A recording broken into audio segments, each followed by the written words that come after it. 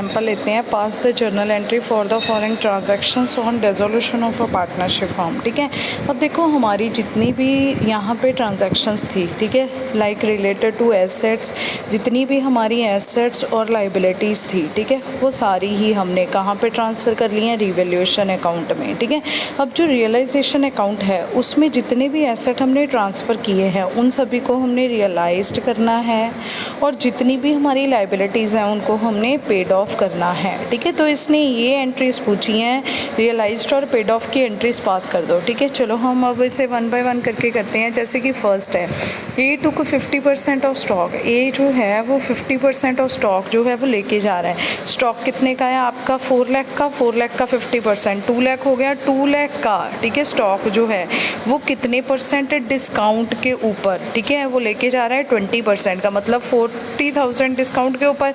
तो it means वो firm को दे के कितने जाएगा? 1,60,000। पर अभी दे के नहीं गया, अभी दे के जाएगा। तो हमारा वो क्या है? डेटर है। ठीक है, वो इस टाइम हमारा डेटर बन गया है, तो हम उसके अकाउंट में से क्या कर लेंगे? माइनस कर लेंगे। उसके अकाउंट में ये क्या हो जाएगा? डेबिट हो जाएगा। ठीक है, नेक्स्ट उसके बाद क्या है, कहता जो रिमेनिंग 50% है वो हमने 30% कॉस्ट पे बेच दिया।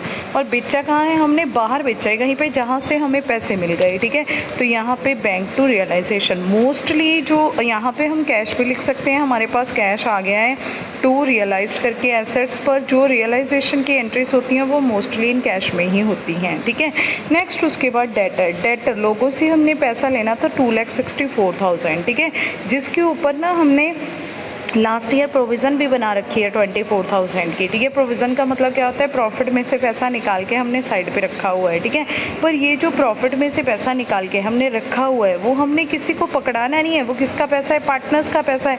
वो हमने पार्टनर के प्रॉफिट में से निकाल के रखा है और पार्टनर्स को ही देना है हमने। ठीक है, तो यहाँ पर जब आपने रियलाइजेशन अकाउंट में, ठीक है, अपने ऑल एसेट्स जो हैं वो ट्रांसफ़र करने हैं, जैसे कि डेटर्स जो हैं वो हमने ट्रांसफ़र करने हैं, तो प्रोविज़न फॉर डाउटफुल डेट्स हमने किस साइड ट्रांसफ़र करना है? Credit side. क्यों? क्योंकि वो हमारी इनकम है, वो हमारा गेन है। ठीक है, इनकम क्यों है एट प्रेजेंट वो हमारी? क्योंकि हमारे ही प्रॉफिट में से पैसा निकाल के रखा था और ये पैसा बच गया है पार्टनर्स का। ठीक है, अब देखो यहाँ पे जो पार्टनर्स का 24,000 है वो एज अ गेन हमने किस में रख देना है? रियलाइजेशन में, क्रेडिट साइड ही। ठीक है, पर जो अब हमने 48,000 के बैड डेट रिड्यूस करने हैं, ठीक है, वो किस में से करने हैं? डेटर में से। ठीक है, तो डेटर कितने हैं? 2,64,000 में से 48 को माइनस करके, ठीक है, ये कितने बच गए आपके? 2,16,000 पैसे आपके पास आ जाएंगे। ठीक है, नेक्स्ट है मशीनरी की बुक वैल्यू हैगी 5 लाख। ठीक है, मशीनरी की बुक लाख हमारी बुक वैल्यू जो है वो 5 लाख है।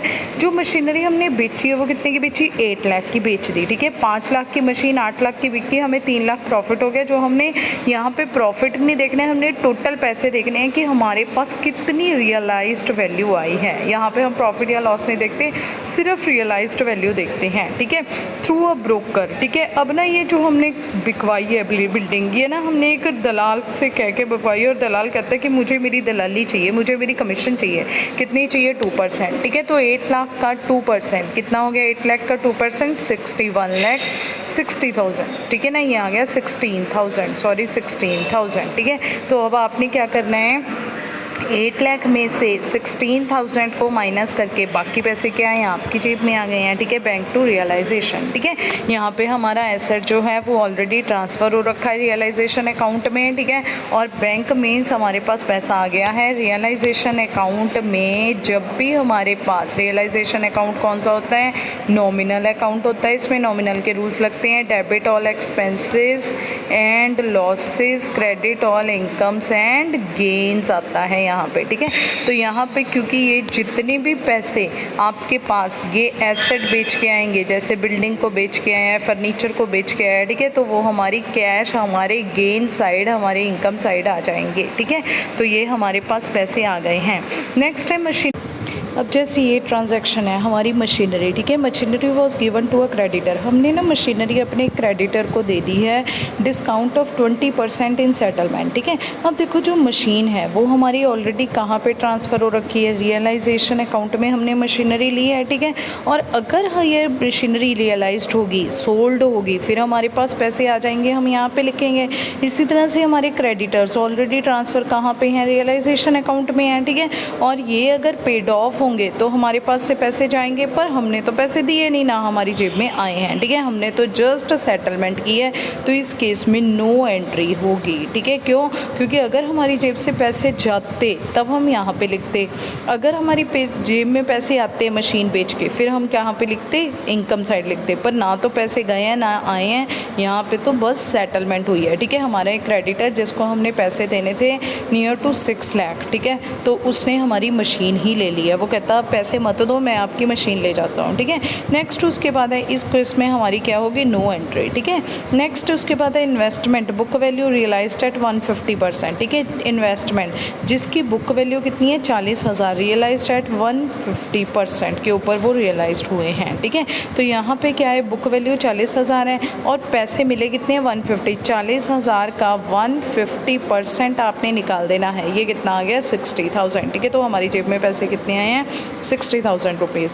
नेक्स्ट एग्जांपल और है कितने अधिराज और करण दो पार्टनर है, रेशो है 3:2, ठीक है। On 31 March 2018 the firm was dissolve after transferring the asset. अब इस केस में भी एसेट ऑलरेडी ट्रांसफर्ड है, आपने इसकी एंट्रीज क्या करके दिखानी है, रियलाइज्ड और पेड ऑफ की एंट्रीज पास करनी है। फर्स्ट है फर्नीचर ऑफ 70,000 वॉज सोल्ड, अब हम 70,000 का फर्नीचर बेच रहे हैं, बेचा कितने का 68,000, जिसकी बुक वैल्यू 70 थी, बिका 68,000 में।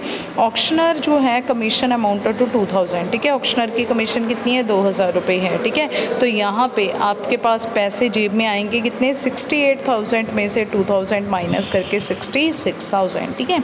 नेक्स्ट उसके बाद अधिराज लोन, अब अधिराज पहले आपने ये देखना है कि अधिराज जो है वो हमारा इंटरनल है या एक्सटर्नल है, इस केस में अधिराज हमारा इंटरनल है, ठीक है।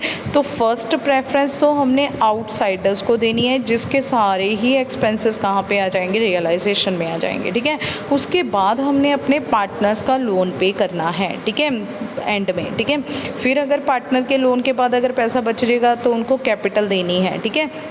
ये सीक्वेंस हमें कौन प्रोवाइड करता है, हमें section 48 of Indian partnership act 1932 provide करती है, ठीक है। तो अब हमने अधिराज को लोन दे रहे हैं, हम पे कर रहे हैं, ठीक है। तो लोन जब आता है लायबिलिटी है, क्रेडिट बैलेंस होता है तो क्रेडिट होता है, पर अब हम अधिराज को पे कर रहे हैं तो ये डेबिट हो जाएगा। क्या एंट्री बनेगी, अधिराज लोन अकाउंट टू क्या आ जाएगा, बैंक, ठीक है। अब हम अधिराज को पैसे दे रहे हैं, ये देखो entry Adhiraj loan to bank, ठीक है।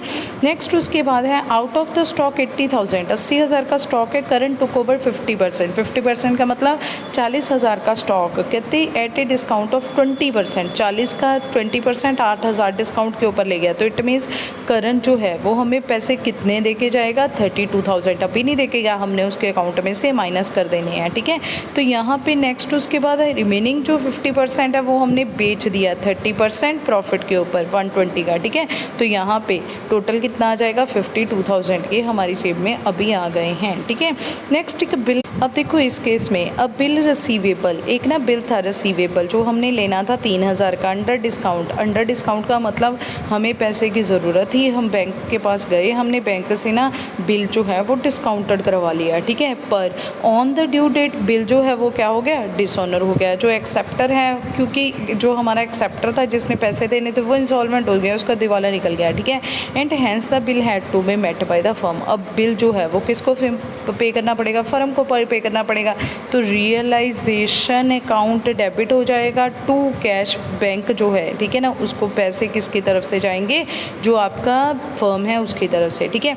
अब देखो फर्म का रियलाइजेशन अकाउंट कौन सा अकाउंट होता है, नॉमिनल अकाउंट होता है, तो फर्म का जो एक्सपेंस है, ठीक है, वो क्या हो जाएगा, डेबिट हो जाएगा रियलाइजेशन अकाउंट, क्योंकि वो एक्सपेंस है टू बैंक, टू पैसे हमारे पास से जा रहे हैं, ठीक है। तो यहाँ पे liability on account of dishonour bill met by the firm, ठीक है।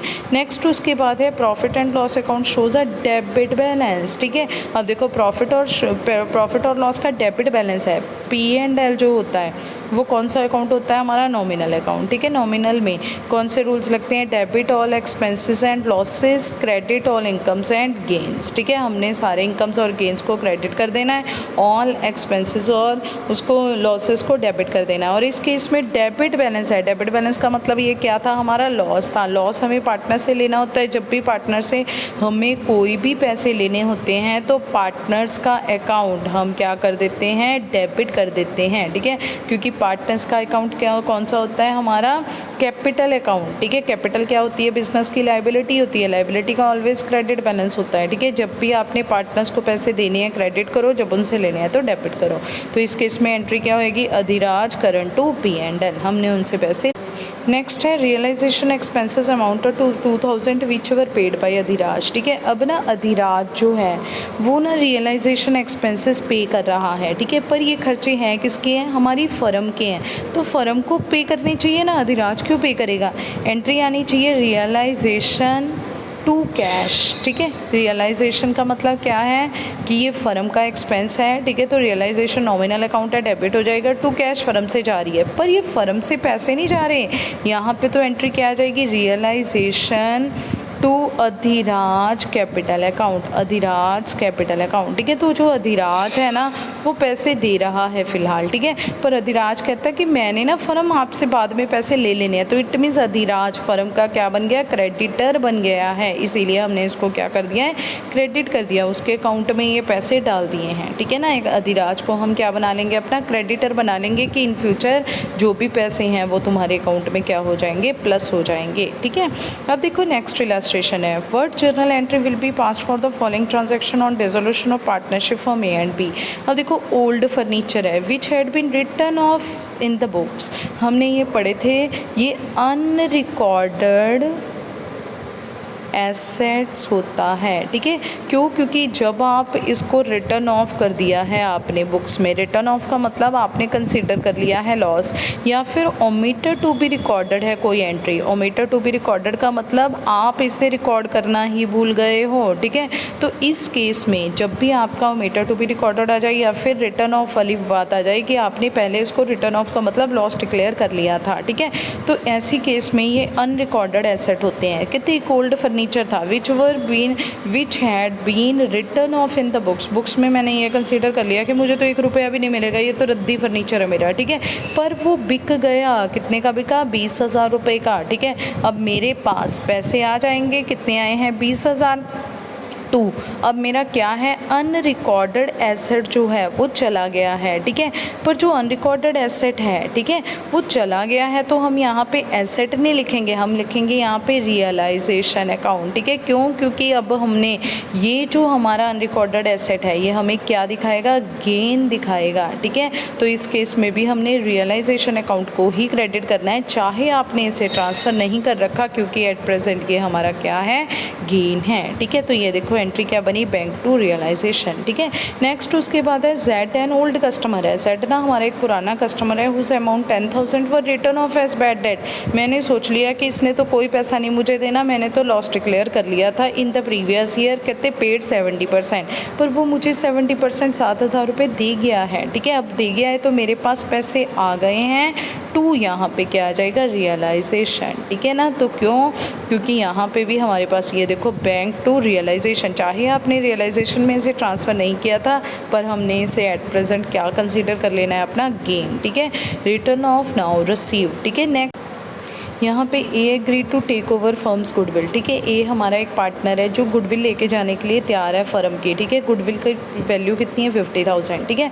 अब देखो यहाँ पे पैसे हमारे पास आ जाते और टू रियलाइजेशन हमें गेन हो जाता, पर पैसे नहीं आए, पैसे किससे आने हैं, ए से आने हैं। तो ए को हमने क्या बना लेना है, अपना डेटर बना लेना है, ठीक है। ए टू यहाँ पे रियलाइजेशन अकाउंट, ठीक है। यहाँ पे हमारी एंट्री क्या बन जाएगी, ये एंट्री बन जाएगी हमारी A's capital account to realisation unrecorded goodwill by the A, ठीक है। अब देखो नेक्स्ट है, there was an old computer. हमारा ना एक पुराना कंप्यूटर पड़ा था मेरे पास, वो मैंने राइट ऑफ कर दिया फ्रॉम द बुक्स। मैंने एस्टिमेट लगा लिया कि लॉस पे ही जाएगा, छोड़ परे, क्या पता बिल्कुल ही ज़ीरो पे चले जाए। चलो एस्टिमेटेड रियलाइज्ड वैल्यू मैंने लगाई, चलो 5000 तक बिकेगा, इससे ज़्यादा नहीं बिकने वाला, ठीक है। It is taken by B, ठीक है, बी कंप्यूटर लेने के लिए राज़ी हो गए। वो कहता है कि मुझे चाहिए, बी एक पार्टनर है, एट एस्टिमेटेड प्राइस लेस 30%, ठीक है।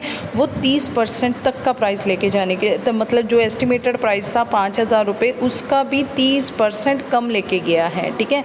तो कितने का, 1500 रुपये कम, मतलब 3500 का लेके गया है, ठीक है। तो यहाँ पे कितना आ गया, 20 capital account to realisation. Otherwise पैसे आ जाते तो हम यहाँ पे बैंक लिख देते, ठीक है। Next is investment. देखो इन्वेस्टमेंट कॉस्टिंग है 20,000 बीइंग 1000 शेयर्स हमने किए थे at the rate of ₹20 each. कहते हैड बीन रिटर्न ऑफ, हमने तो लॉस डिक्लेयर कर लिया, राइट ऑफ कर दिया फ्रॉम द बुक्स। दीज जो इन्वेस्टमेंट आर वैल्यूड, पर ये 15 रुपीज़ ईच में बिक गई हैं and distributed between the partners in their profit sharing ratio, ठीक है। अब देखो आपके पास कितने पैसे आ गए हैं, 15,000 रुपये, और जो 15,000 रुपये आए हैं, ठीक है, 1000 शेयर ऑफ ₹15 ईच पे बिक गया, ठीक है। तो जो 15,000 आए हैं वो आपने अपने पार्टनर्स को बांट दिए, जो भी उनकी प्रॉफिट शेयरिंग रेशो थी, ठीक है। यहाँ पे क्वेश्चन में हमें प्रॉफिट शेयरिंग रेशो गिवन ही नहीं है, तो हमने अभी तक कौन सा एक्ट किया कर रहे हैं, 1932, ठीक है। According to Indian partnership act 1932, if the profit sharing ratio of the partners are not given that they share profits equally, ठीक है। तो वो किस में रेशो में शेयर बांटेंगे, अपना इक्वली शेयर ही बांटेंगे, ठीक है। तो यहाँ तक का हमारा ये टॉपिक ख़त्म हो गया है।